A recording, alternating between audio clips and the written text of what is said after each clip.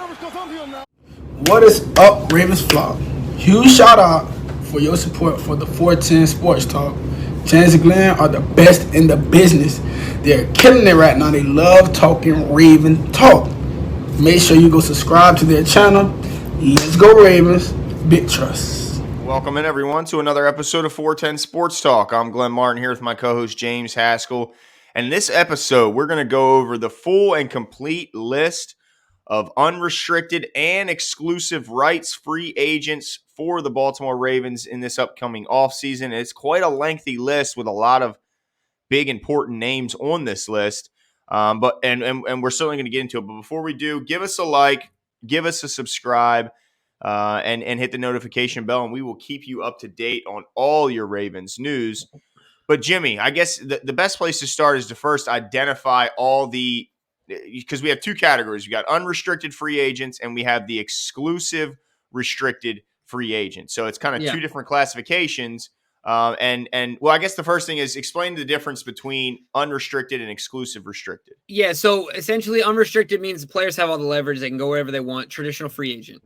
Exclusive rights free agent means that the Ravens, they don't have 3 years of accrued tenure in the NFL. So the Ravens, all they need to do is offer them the minimum to keep them if they want. So the team has all the leverage. So in this video, I think that what we'll do is we'll focus on the unrestricted free agents simply because those are the ones that are going to be, they're most volatile, right? They can choose to stay or go. The other guys, not as many impact players. It's really players, the Ravens' choice, right? And it's all up to the Ravens. All up to the Ravens. Because as soon as they give them that minimum and not a penny more, that player can't do anything but go back to the Ravens. Yeah. So let's get into this list, and then we'll talk about two things here. We'll talk about one, who we want, like who Glenn and I's wish list, right? And then who we think the Ravens realistically will keep based on their history and what we know about the Baltimore Ravens. So Glenn, if you will bear with me, I'm going to go through this laundry list. Let's do it. All right, so Calais Campbell starts it off. Brandon Williams, Sammy Watkins, Patrick Ricard, Jimmy Smith, Justin Houston, Chris Board, Justin Ellis, LJ Fort, Latavius Murray, Pernell McPhee, Devontae Freeman, and rounding the list off, not rounding the list off, Anthony Averett, Bradley Bozeman, and Deshaun Elliott. So lots of names there and lots of guys that are movers and shakers, big-time contributors here in Baltimore. So, Glenn, I'm interested to know if your list is any different than mine. If you had to pick 5 as your gets, right, like your must-have shopping list, wish list type scenario, who are your guys? This is a tough one, Jimbo, because there's a lot of names on this list that, you know, I've grown very fond of, and you're not going to be able to bring them all back, and that's the tough part about being in in this position where you're a diehard fan that, you know, you ride and die with these guys. You know, you fall in love with these players, and then you got to watch them go play against your team, and sometimes for some of the most hated rivals. So this is not going to be an easy choice. But first and foremost, a guy that I look at on here that jumps out to me is the number one focus and target is Bradley Bozeman. And I get that he may not be the best center in the league. I think he's a quality center. I think he's a very good center. But he just brings so much more to this team that I think the Ravens see as value. When they see a player that they want to extend, they don't just look at what he does on the field. They look at what he brings in as a complete package. And what Bradley Bozeman brings every year is one thing you'll get guaranteed from him is he's going to be up for Man of the Year. Yep. Every single year, he's going to be up for the Walter Payton Man of the Year because of what he does in the community with his anti-bullying campaign that him and his wife run.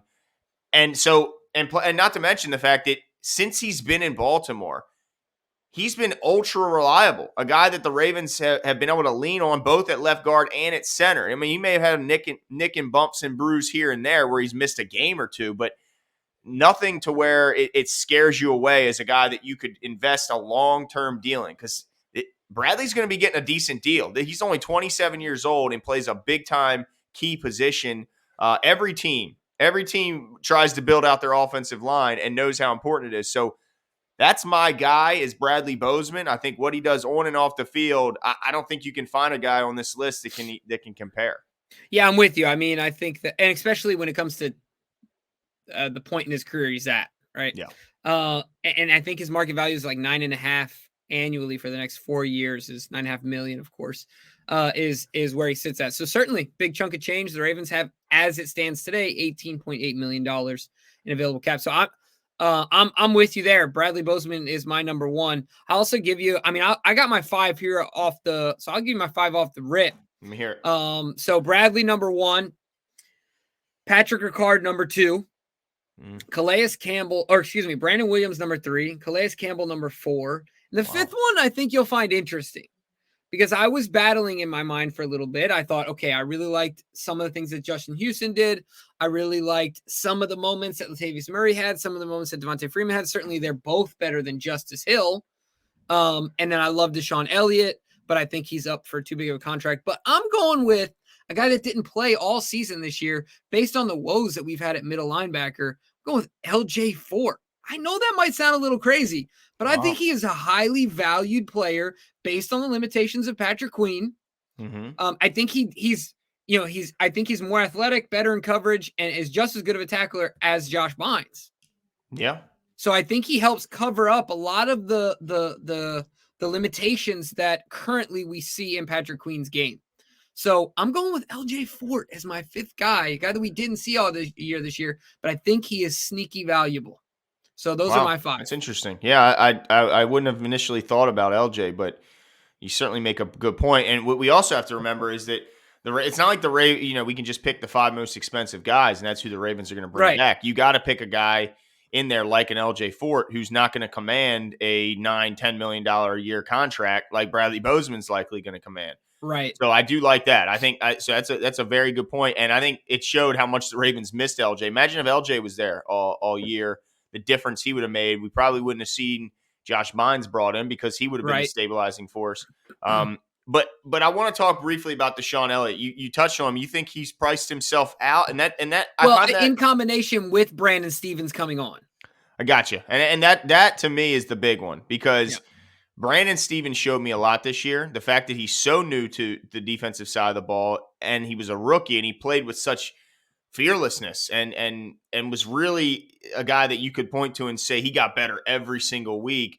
That's what was impressive about him. And although I think a lot of fans are going to be sad to see Deshaun, and I'll be one of them. It's sad to see him leave. I think you might be right about that one, because where else, like, they spent a 3rd-round pick on Brandon Stevens for what? And not to let him sit behind a couple of guys in front of him. Chuck Clark's not going anywhere. So it might be Deshaun Elliott that ultimately finds himself in a different uniform.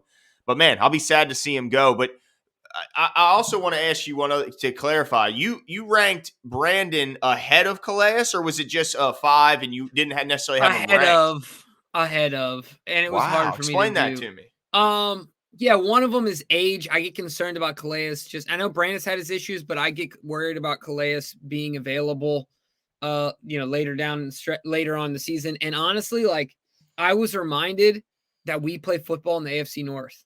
I was reminded that, in this last game, even though we lost, Najee Harris is going to be better next year. Joe Mixon is still in this division. Nick Chubb is still in this division. Kareem Hunt still in this division. Like, I know Calais, I think, does more from an all-around perspective, but if we cannot stop those players, if we cannot stop teams' run games, it makes life a lot more difficult. Now, obviously, we can't be last in passing either defensively, but being first in the run game is a luxury that I'm not willing to just let go easily. Not that Brandon is the sole reason. Calais has a lot to do that as well. That's why he's right after him. But I think Brandon is the best at anchoring a run defense in the NFL. I just think he is. Wow. Okay. See, I get you when you talk about the age, because he's 2.5 years younger than Calais Campbell. But he's also played Calais is going into his 16th year? Yeah. You know what I mean? Because Brandon was older, I believe, when he went into the draft. Yeah, because he came from a relatively unknown like Missouri Southern or something like that. Yeah. Yeah, so I get what you're saying there, but to me, Calais Campbell is just as responsible for the Ravens' run defense success as Brandon Williams, but yet he brings more against the pass. So, man, I'm torn there. I'm torn. I just feel like the way I look at it is, who's easier to find a guy to replace him? And so I would say it's easier to find a run-stuffing, block eating D tackle than it is to find a Calais Campbell who gives you a bit of both. And look, it could end up being that next year Calais is banged up, and I look dead wrong because Brandon Williams is stuff in the middle of a defense somewhere else. But he was our second highest rated Raven in the entire season, Calais Campbell, behind only Mark Andrews, who had almost the greatest tight end season in the history of a tight end. Yeah. Which he fell just shy of breaking. With Lamar, he gets there. Exactly. So it's hard for me to look at that and kind of overlook Calais, what he brings from a leadership standpoint. And not to say Brandon doesn't, but I think Calais, when it's a big game, who did we see leading the troops? You're right. Was Calais in the center of that circle. And that's why he's still squarely in my top 5. Like to me, if he's willing to come back and play, and he might have a higher likelihood of getting Brandon as well. Of the Ravens might have a higher likelihood of getting him because I don't think he wants to go anywhere else. I think it's going to be one of those situations where it's like, if he wants to play, it'll be here. Yeah, you know what I mean? Where Brandon might get a multi-year deal from, I don't know, the Dolphins or Detroit. Yeah, you know what I mean? So he's squarely in my top 5. Certainly, Calais. I get your point. Interchangeable. Okay. Now, what about if you have a shot? Jimmy Smith came out and said, I'm coming back, it's here. That's it. You're good with him? I'm good. Yeah, that last game. But look, we leaned on him and we needed him. What if And he got torched. He looked bad on that one play. He looked really bad. But the Ravens gave up 13 points in regulation. It's hard for me to say he got torched.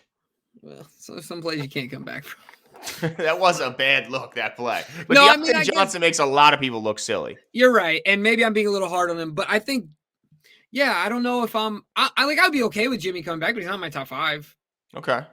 He's not my top 5. Now, if you had to choose between, because another couple guys, Latavius Murray and DeMonta Freeman also on this list. Yeah. Once again, I think I'd be happy that they come back. Not my top 5, right? Like, okay. I want Brandon back over Latavius Murray. Now, different contractual situations, so that we'll get into that here in a second. I know, like, likelihood of guys coming back, but if I had to choose and money wasn't a thing, I find it interesting we're not arguing about Patrick Ricard, though. We agree on that. Well, that's where I was going next. Okay. That was my next stop. He's got to be back. I agree with you. First of all, he was the 5th rated Raven on the season. But the versatility that guy brings for this offense is key. Now, let me ask you this, though, Jimbo. Ben Mason made Patrick Ricard a lot of money. Well, they realized real lost quick himself a lot of money, too. That Ben Mason isn't Patrick Ricard. They realized real quick that Patrick Ricard is not that replaceable. Yeah, he's a unique guy. But let me ask you this one. If Greg Roman is not back, is Patrick Ricard as valuable? I think so. I think he's we're not going to change our identity, I don't think, as long as Lamar Jackson is our quarterback. So yeah, I think so. And plus he can make an impact in the passing game. Like, let's be honest, you know what I mean? He can do it all. Like, Pat is a great football player. But he's not going to be cheap. And do you want to allocate but that amount of money to a fullback? So if a team goes out there and makes him the highest paid fullback in the league, then fine. You got to let him walk, I think, at that point, right? Like, what can you do? So you don't want to get into a bidding war, but you think that his value is at highest here, and he's not going to get a huge offer. Yeah. Okay. Yeah. All right. Well, the Niners already got one, or else I'd say the Niners. You know what I mean? Like, they already got one. Yeah. So it sounds to me like you're hoping that we get Bradley Bozeman back, Pat Ricard, because look, do I think we can get Calais, Brandon, and Bradley? I don't think we can get all 3 of those guys, Jimbo. That's 3 big. So who are paychecks. Your 5 though? Who are your 5? So my 5, because I'm saying of who I think we actually should target and will ultimately be able to pull the trigger on. I mean, okay. So that changes my 5. Okay, all right, because you're not getting Calais, Brandon, and Bradley. No, this is my wish list. Well, what is your wish list? Okay, so my wish list, I guess, is similar. It would be similar to yours. So I want Justin Houston back. Okay, so he's in your 5. He's in my 5. He's number 5 for me. Number 1 is Bozeman. And then in between there, man, it's going to be Pat Ricard. It's going to be Calais Campbell. Man, this is hard. This is a tough one because I'm starting to lean towards LJ Fort being a guy, only because of the fact that it's a realistic get. Yeah, to bring a guy like that back. And I don't want to see us go into next season with just Malik Harrison and Pat Queen, and then say Josh Bonds, by the way, we might call you midseason. I don't want to do that as the plan. So I guess for that reason, I'll put LJ in there, and man, it'd be tough to. So that means I'm saying okay. I'm saying okay. Bye Brandon. Bye Jimmy Smith. Bye to Pernell McPhee, to Anthony Averett. No. By the way, we didn't even talk Anthony Averett yet. Is he Right, definitely gone? I think he gets like he deserves and will be awarded with the opportunity to compete for a starter role. Like if Peters is if Marcus Peters is back and obviously Humphrey's back, like I think Anthony Averett deserves that opportunity. Yeah. Okay. So he's definitely. I think he's priced himself out. I think unless they wanted to cut Peters to in order to pay Anthony Averett, which I don't think either one of us are hoping happens. No, we want to see the swag back on the field that Marcus Peters brings, and no one has been the ball hawk that he's been since he's been in the league. So we missed that this year, and we're hoping to get that back. So I agree with you. So my list again is Bozeman, Calais, Houston, Ricard, and LJ Fort. That's my 5. Nice. All right. So like you said, I want you to keep going right into this. Now, when it comes to likelihood of signings, right? Because of those 5, like you said, 3 of them we'll say are like large contracts, like per year. You're talking about Calais, you're talking about Brandon, and you're talking about Bradley, right? Well, I don't want Brandon. Oh yeah, he's not even in your top 5. My bad. No. So I want him, but I just don't see it happening. Right. Okay. So, what do you see happening? Let me tell you this before you answer. I think the Ravens get a deal on with Bradley Bozeman. I think he's the Raven. He's the type of Raven they don't let walk. Like they did with Jensen, and probably I know, but Jensen wasn't a man of the year. Jensen wasn't what Bradley is off the field as well. And so I think in combination with what he's done on the field and his versatility, his leadership, the ability he has to set a culture, his love for the franchise, I think you need a guy like that, especially at center. He has a relationship with Lamar Jackson. They like each other. They like to play hard for each other. I think that's important. Yeah. So I think they get a deal done with Bradley Bozeman. Wow. Yeah. I hope you're right. Yeah. I think they would be very sad to see. Just to remember a year ago before he took over, how many snaps did we see go sailing over the quarterback's head? How many did we see this year? Yeah. I mean, that alone is almost a good enough reason, but all the other things he brings as well. Okay. All right. So Bradley, but is it real? Do you think it's any chance they have Calais and Brandon back? Both?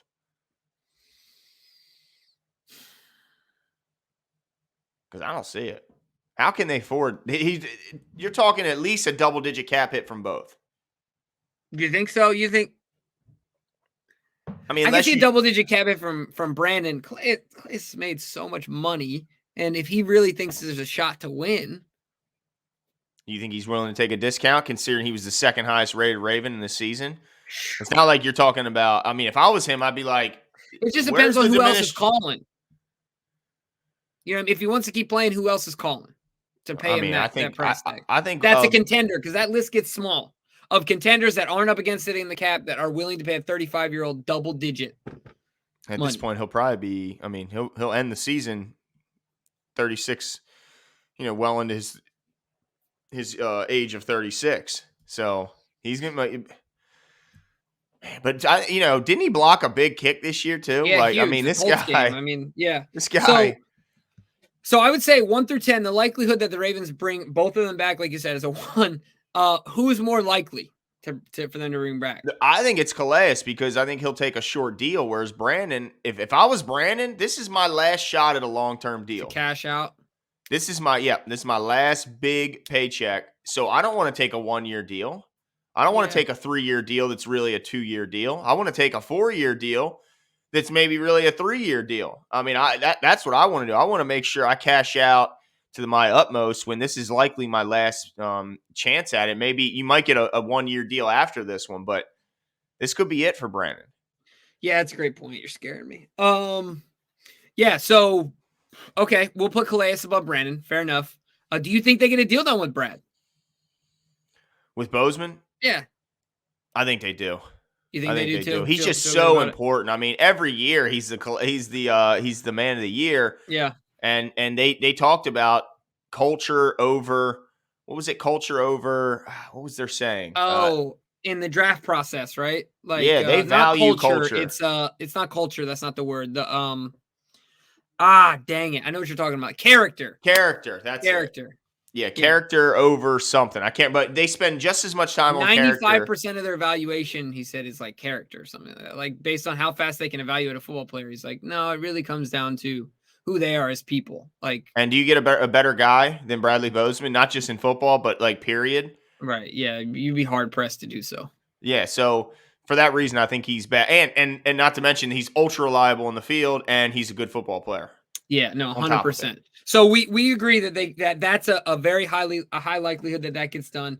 There's a moderate likelihood that Calais gets done. Are there any other guys on this list that you think we didn't name in our Well, top if you had to five, pick between Latavius and Devonta, did I get you to lock one in? Latavius had a great last game, but Devonta had the better overall season, in my opinion. Yeah, I think Devonta is the guy you got to go with based on the fact that there's an insane amount of redundancy between Latavius and Gus Edwards.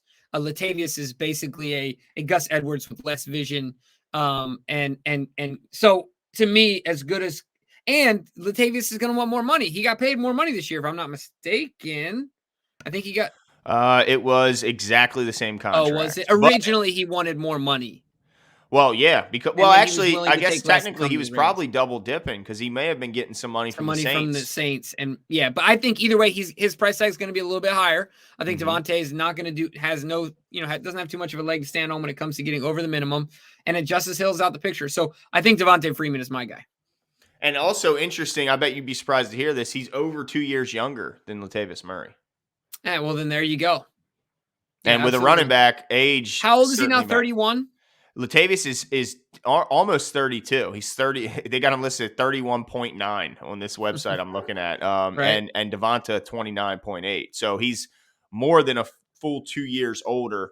Latavius is. So, but are you happy would you be happy to see Justin Houston back? I would be happy. I mean, think about it. We already didn't have a pass rush for the most part. Like we just didn't sack the quarterback. Mm-hmm. And so I would be happy with it. However, I don't know where to spend our dollars. I mean, I know where, but like I don't know how we do address all the things I want to address with the budget that we have. So yeah, I mean, I'd be okay with it because he's cheap. He's considering cheap, right? But I don't know if he's a world beater, right? Like it just depends on if you want to swing for the fences or get another. I mean, what do you do? I think you got to have at least. I think he had like 4.5 sacks. I mean, I think the thing is you got to have at least one vet in the room, and I think unfortunately for Pernell McPhee, this might be it for him. Yeah. Uh-huh.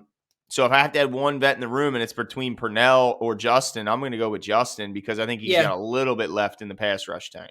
Yeah, I'm with you there. What about because Bowser, people forget Bowser just tore his Achilles. Yeah, that's another great point. Great point. He's not your vet, right? At least not in training camp. He's going to be doing a lot of individual work and a lot of work, rehabbing, not necessarily, getting better with the ones. So you need a guy who you can rely on. I think Houston's a big one. So let me tell you who the Ravens. I'm just going to prophesy right now, look into my crystal ball. This is who the Ravens will actually bring back. You ready for this? Yep, I'm ready. All right. Bradley Bozeman will be the big ticket item, right? Mm-hmm. I think LJ Ford is back. That's 2. Mm-hmm. If we're only going with 5, of course it could be more than this. I think Devonta Freeman is back. That's 3. Patrick Ricard is back. That's 4. And I think Justin Houston is back. That's 5. Damn, that means no Brandon or Calais. No, you got Derek Wolfe under contract still. Yeah. You got some young guys coming up. They address it in the draft. I think that's how, because could be their first round pick. Yeah, Lamar's contract balloons. Not that it's not worth it, but certainly it balloons. They got other things to address. And did we see this year? You said it yourself. The Ravens had give up the most fourth quarter leads, gave up this, gave up that. That's my concern. What was the Ravens' rank against the run? Oh, first. Did it seem to matter? No, you're right. And the win-loss caught them. Right. No, but this is the thing. It is that my concern right now, I think the bigger concern is that we're the third oldest defense. And that's why you talk about the fourth quarter. Well, when you're got a bunch of 35-year-old 300-pounders. Well, that's what I'm saying. So is it that important to bring back Campbell and Williams when you consider, we were first against the run, but what was our defense overall? and how effective was our defense in big moments. Yeah. So Yeah. they helped. They certainly, those are probably the two biggest contributors to having a number one overall run defense. But what did that number one overall run defense get you in the win-loss column? I mean, maybe it did more. Maybe I'm kind of saying, well, maybe I'm selling them a little short in that. Well, if we had a little bit better pass, or if we had a worse run defense, maybe we would have seen more people attacking that. Like, it's just so hard to know what really matters. But we know the Ravens have in the past said that coverage and pass rush is the two biggest ways to influence someone when it comes to stopping a great quarterback in a high powered offense. So it's so tough, man. It's so tough. I agree with everything you said, except I'm not willing to put Freeman even in that category of top 5, because to me, I put him in the same category as I put Freeman in the category of Justin Ellis. Yeah, but what I mean is that in a likelihood to come back. Yeah, no, I agree with you. I still think Ricard, Fort, Bozeman, Campbell, and Houston's very likely, because Houston got $2 million. Yeah. Can we afford? I mean, we can afford we can find $2 million to give Justin Houston if he's willing to play for it. LJ Fort, he got 1.1. 1.1, right? We can afford that. Pat Ricard, he got 3.6 in his final year. I think we can find that. And then, so really, your only two big ticket items are going to be Bozeman and Campbell. And hey, maybe Campbell does take a bit of a hometown discount and empties the tank because he loves it here. Well, I guess we'll have to wait and see on that one. But I think I'm curious about everyone else's take on this. Who do you guys really target on this list of unrestricted free agents? We briefly talked about the exclusive rights guys, but I don't think those are guys you can literally give the minimum to for their tenure, which is a 2-year tenure, and they cannot even negotiate with another team. Right. So those guys, just to quickly give you those names, is Tristan Colon, Christian Welch, Geno Stone, Nick Moore, the long snapper, Chris Westry, Aaron Crawford, and Khalil Dorsey. To me, you can bring back Colon because it's so cheap. You bring back Geno Stone because he showed some life and made some plays towards the end of the season. You bring back Nick Moore because why not? He was a solid long snapper. He made some nice bone-crushing hits in coverage. And why not bring Chris Westry back? I mean, I guess because he was banged up for most of the year, you may not, but you can get him for peanuts, and he already knows the system, and he's got obvious physical traits. Those other guys, I could see him leaving, and it wouldn't hurt my feelings. I guess, what's your thoughts on that quickly? Yeah, no, I like that list in that I find value in all of those moves. But we're going to spice it up a little bit. Name your 5 of the 15 unrestricted free agents. If you name the 5 and only 5, you can't name like 15 or 10 at the rate, because they could, of course, sign more than 5. But if you name 5 and the Ravens sign all 5, you will get some merchandise in the mail. That's something we got to track, Jimbo. Oh, absolutely. Do you feel good about tracking that? I mean, because you were talking about months down the road, we got to reference back. Yeah. Well, look, DK does his thing now. I got faith in DK. All right. Surprise, sure. DK, you got some homework. That's right, my man. But you will get some merchandise in the mail in the form of a T-shirt, maybe a koozie if we have some by then as well. But certainly let us know your 5 that the Ravens will sign. And keep it likely. I mean, keep it realistic. Let's not just name the top. I don't want to see Averett, Bozeman, Brandon Williams, and Calais Campbell, because that's just not realistic. If that's what you think. But you're right. Okay, it's not realistic. I'm just saying you're not going to win a T-shirt. But if that's what you think, gotcha. Let us know. But let us know in the comments below, and we will talk to you guys